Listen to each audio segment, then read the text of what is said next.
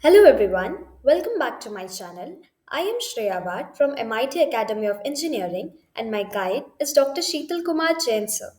In today's video, we are diving into an essential tool for infrastructure automation, that is Ansible. If you've ever found yourself manually configuring servers, deploying applications, or struggling to maintain consistency across your infrastructure, this video is for you. By the end of this video, you will understand how Ansible works, its core concepts, and even get a glimpse at some real world application. So, let's get started. Ansible architecture. This diagram represents the Ansible automation framework, showing how various components interact to manage IT infrastructures. Users initiate automation using Ansible playbooks, which define tasks for configuration, deployment, and orchestration. At the core, inventory stores manage hosts, modules, execute tasks, plugins extend functionalities, and the API enables integrations. Ansible interacts with public or private clouds.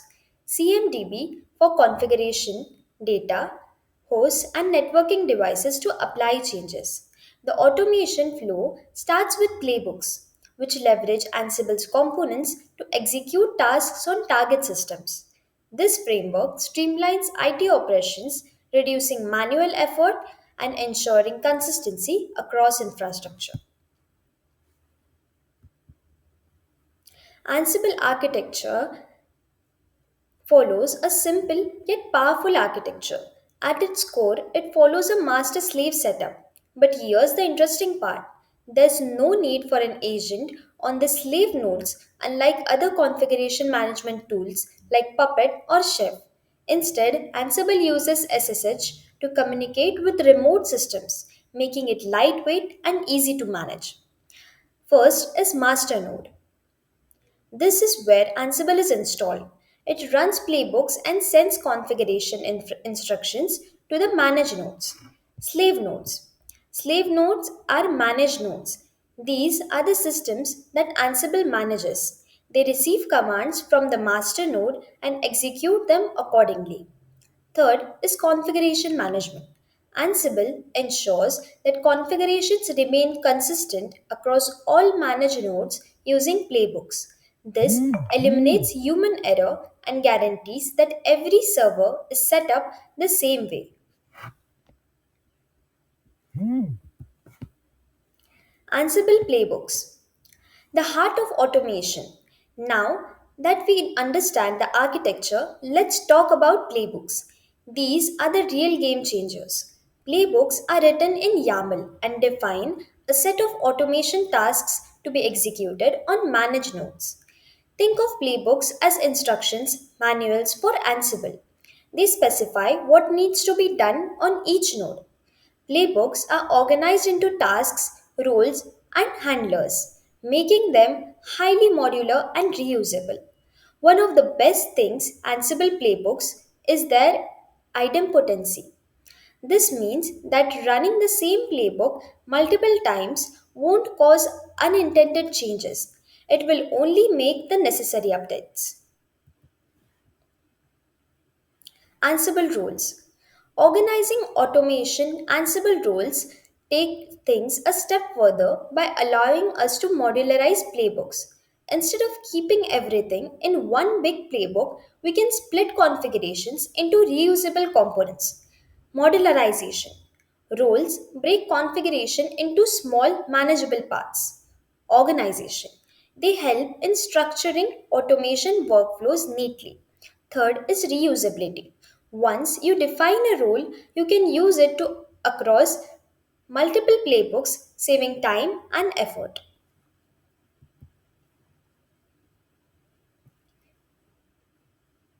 Here are some hands-on examples. Software installation. Use the apt module to install software packages on Debian-based systems. With a single playbook, you can install software on multiple machines at once. Service management. The service modules lets you start, stop, or restart services effortlessly. No more logging into each server manually. File management. Using the copy module, you can copy files from the control node to manage nodes, ensuring that all machines have the necessary configuration files. Continuous monitoring. Keeping an eye on your infrastructure automation doesn't stop at configuration management. Ansible can also be used for continuous monitoring, helping you maintain system health and detect issues before they escalate. Real time data. Ansible gathers crucial metrics like CPU usage, memory consumption, and network activity from managed nodes. Altering. You can set up alerting. You can set up alerts to notify you when something goes wrong, ensuring that issues are addressed quickly. Actionable insights. With the collected data, you can proactively prevent problems and optimize your infrastructure for better performance. Key benefits of Ansible. Let's quickly recap why Ansible is a must have tool for infrastructure automation. First is efficiency. It eliminates repetitive tasks and speeds up system provisioning and management. Second is scalability. Whether you're managing 10 servers or 10,000, Ansible scales effortlessly. Third is consistency. Ensures that all systems follow the same configuration, reducing errors and security vulnerabilities. Now, let's head towards its practical demonstration. Log into your AWS Management Console, then go to your EC2 dashboard. Here, create on launch instance. Now, give the name for your master node of your instance. That would be Ansible underscore master. Then scroll down, choose the AMI image as Ubuntu. Again, scroll down, keep the instance type as T2 micro and select a key pair. You can also create a new key pair or you can select an existing one. For now, I'm selecting an existing key pair. So, this is it. And yeah, scroll down and click on launch instance.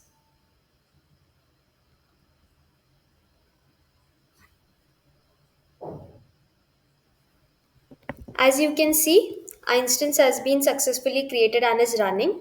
Now, select this instance and go to Actions, go in Image and Templates, and click on Launch More like this.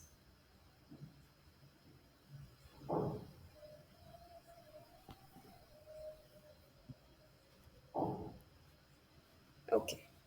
Here, click number of instances as 4 and keep the configurations as it is. Select the key pair once again which you have select the same key pair which you have given for your Ansible master node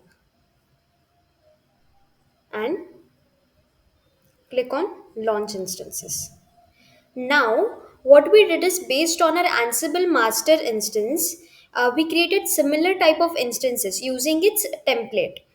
These instances will further act as the associated nodes of the Ansible master instance. So let's check if our instances have been created. Refresh it. And as you can see, our four slave nodes have been created.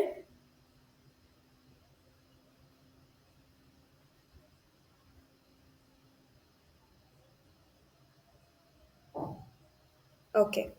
So what you have to do is rename your slave node so that you can access it easily. You would know which is the master node and which is the slave node. So we'll rename it as Ansible slave 1, edit, Ansible slave 2,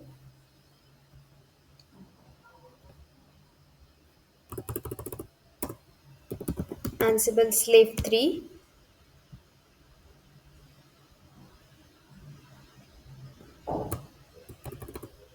and Ansible slave 4. Okay. So now what we have done is we have created an architecture where we are having one master node and to it associated four slave nodes. So now let's begin with the connection of our Ansible master node. Select our Ansible master node, then go on connect. In the EC2 instance connect, scroll down and click on connect.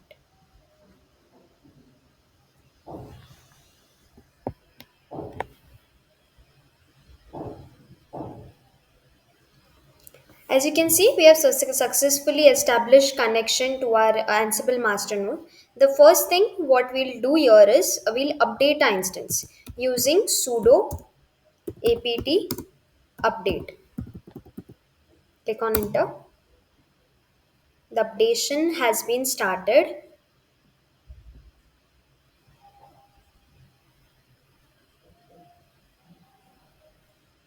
Wait for some time. Let it complete.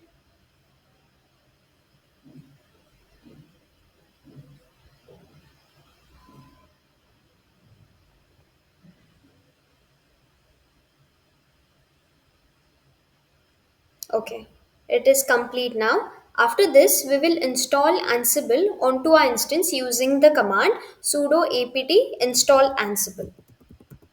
Sudo apt install Ansible. All of these installations we are doing is on our master node and enter. Click yes.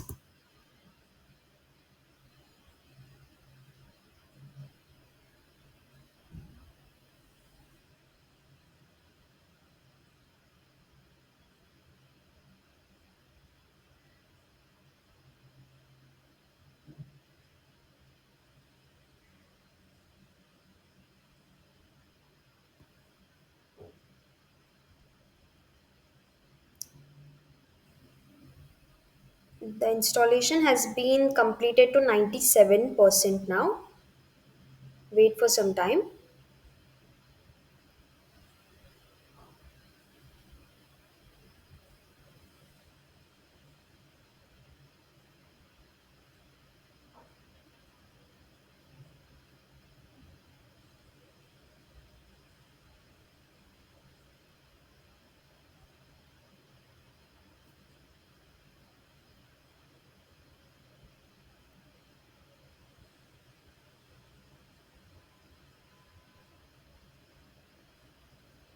And yeah, it's done.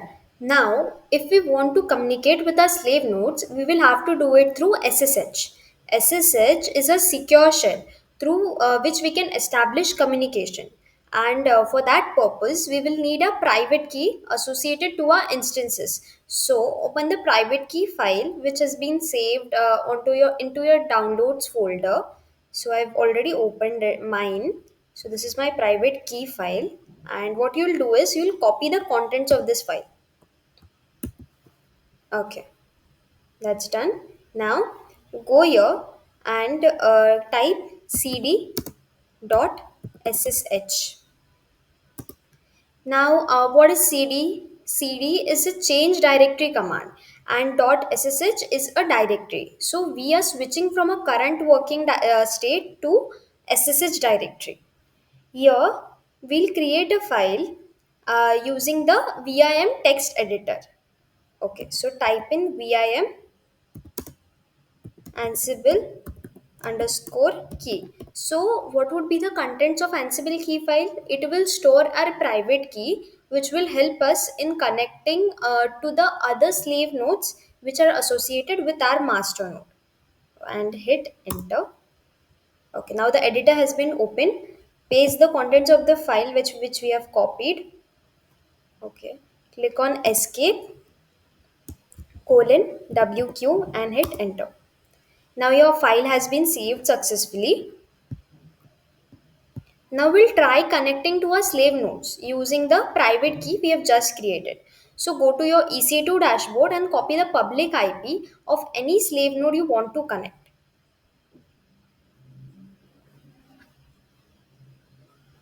I'll try connecting to Ansible slave 2. Okay, and this is the public IP.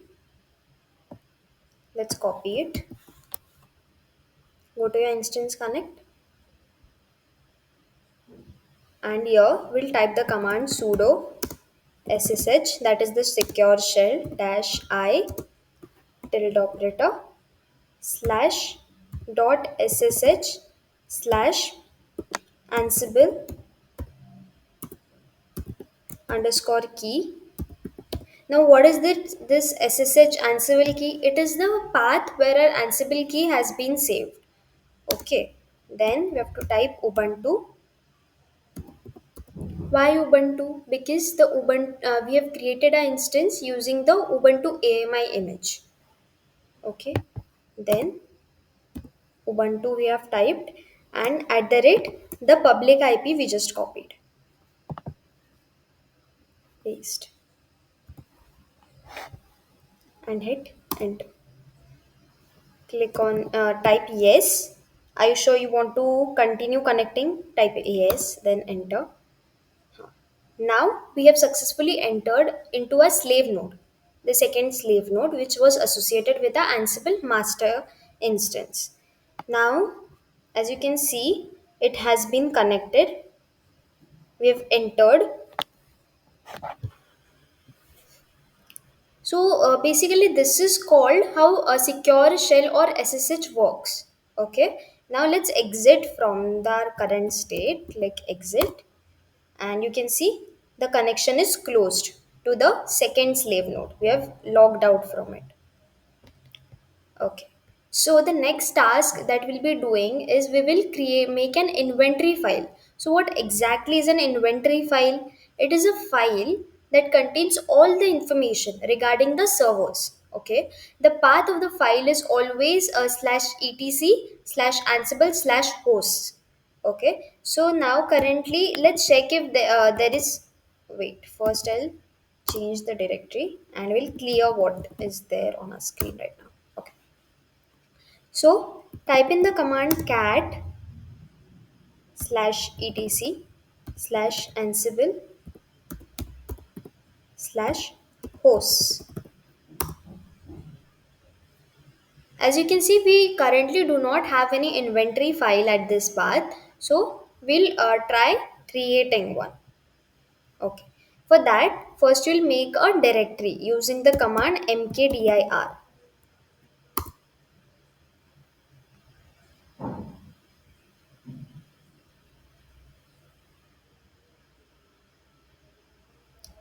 Just a second. You have to type mkdir ansible. Okay, you have to give the name of the directory that you want for your particular directory. Okay, the directory has been created. Now let's navigate to it using the cd command. Cd ansible. We are inside our ansible directory. Now let's create a file. Okay, inventory file. Okay, using the vim command. So we'll give the name hosts and hit enter. So this is the editor has been opened. Now let's type the contents of our inventory file. So the first thing we'll do is we'll register all the servers and also install Python onto all of them. So for that you have to escape for writing anything into this file. You have to press the keys escape I. So the insert mode will start and start typing servers, and here we'll give the information of our servers. So server 1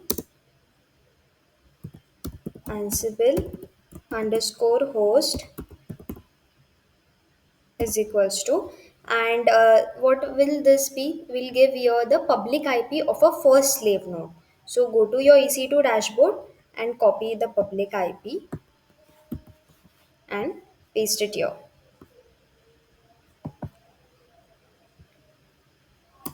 In the same way, we will give all the rest of the slave nodes IP. So start typing server 2. This will be the information of all our slave nodes. Ansible underscore host is equals to the public IP of our second instance.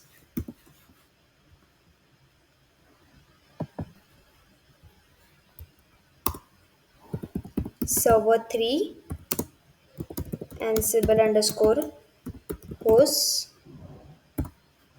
is equals to the third IP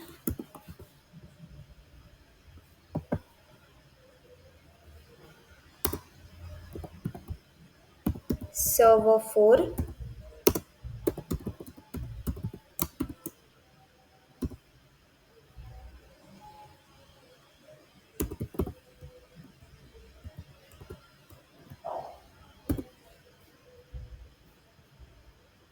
and a fourth IP.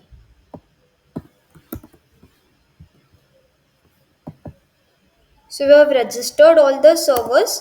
The next thing will be installing Python onto all our slave nodes. So for that we'll type in all colon vars.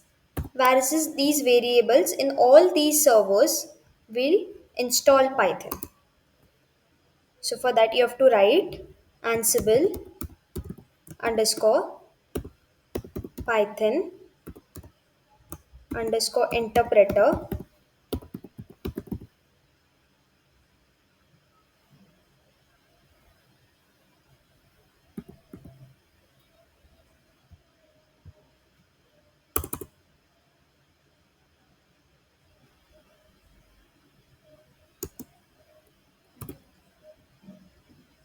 is equals to slash usr slash bin slash python 3, the version of a Python.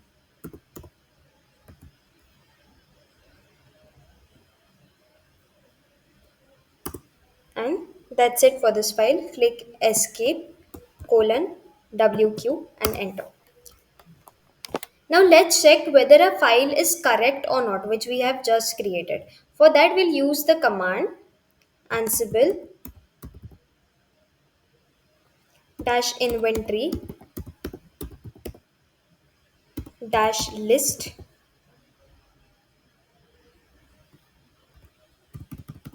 There should be space here. Dash y dash I slash the path of the file home ubuntu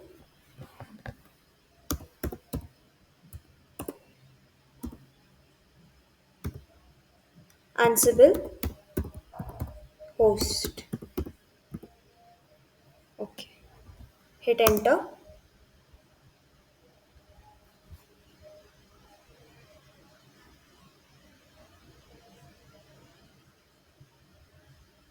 Okay, so there is a mistake. We have to give double dash for lists.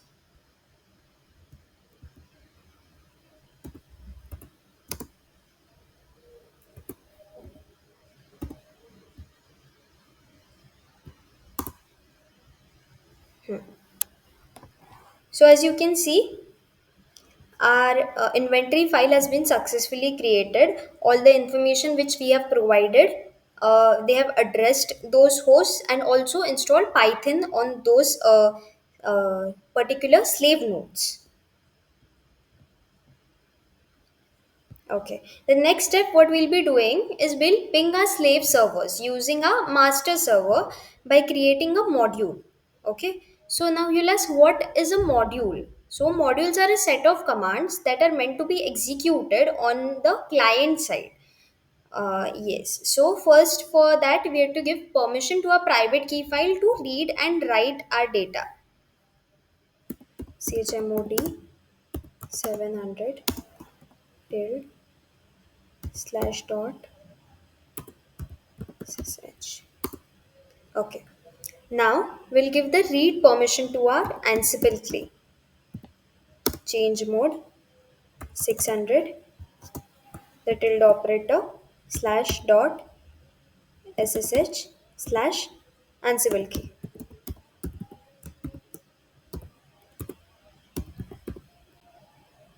and enter. With these commands, our user will be able to access the Ansible key. We will ping our slave nodes now using the command Ansible all dash m ping dash I. Then we'll give the path of our inventory file. Why we are giving the inventory file? Because it has information about our slave nodes. No, that would be slash home slash Ubuntu slash Ansible slash hosts. Then private key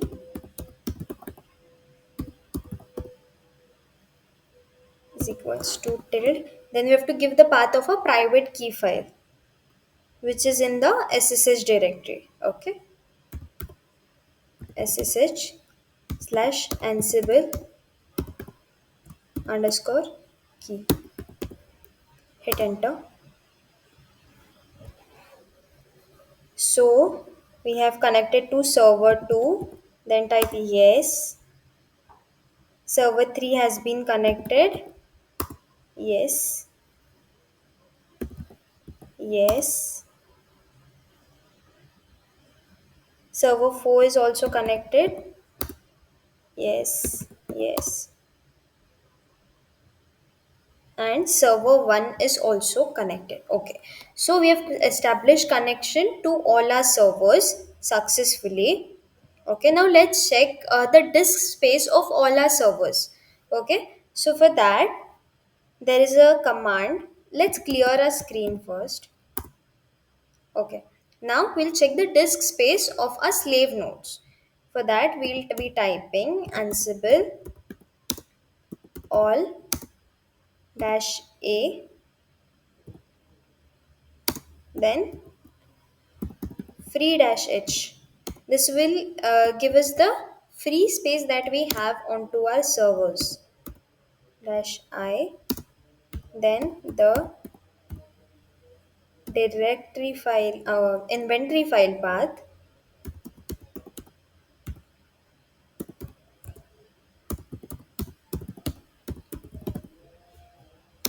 and let's not forget the private key.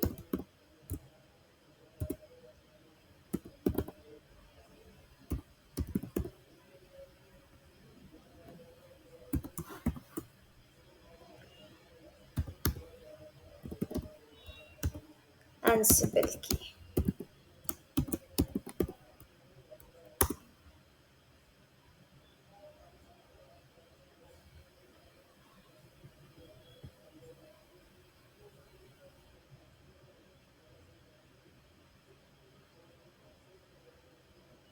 Okay, so there is a certain mistake here. You have to give free space h. Do not join these two words. Now hit enter. Huh. So we have got the free space. So this is the total memory which we have onto our EC2 servers. This is the used and this is the free space 409. So this is for server 4, this is for server 3, this is for server 2 and this is for server 1. So this is how you can check what is the free space, what is the use space onto our slave nodes. And the next thing we'll be doing is we'll check how long our servers have been working. So what is their uptime exactly? So for that we'll be using the command ansible space servers dash a. In quotation you have to give uptime dash I, then the inventory file path,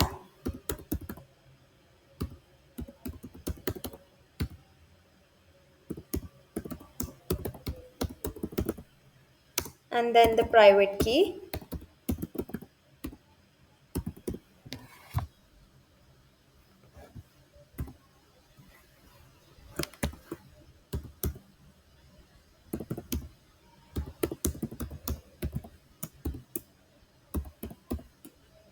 and then enter.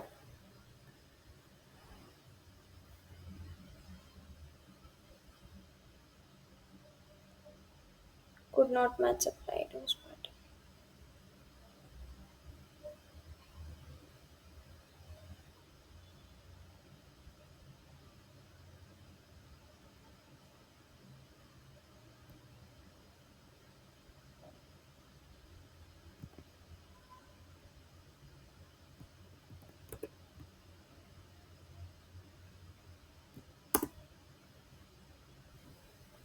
Okay.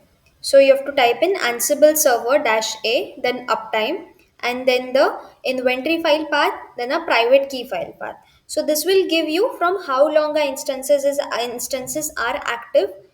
So server 2 is active from this much time. Server 4 from 14 minutes, 56 seconds, and 53 nanoseconds. And then server 1 for this much time, and server 3 for this particular time. Okay. So uh, this is the way you can check check your uptime of the servers, the free space of your servers. So please make sure that you're typing in the commands correctly. Please make sure that you have no spelling mistakes in them, cause a little error can cause a lot of effect. As you can see that the s which was extra here, so command failed due to that. So we've corrected it, and that's how you automate infrastructure with Ansible. So that's it for today, guys, and by now you should have a solid understanding of how Ansible work and its core components. So, if you found this video helpful, don't forget to hit that like button, share the video, and please subscribe to my channel for more such content. Thank you for watching, and I'll see you in the next video. Have a great day ahead.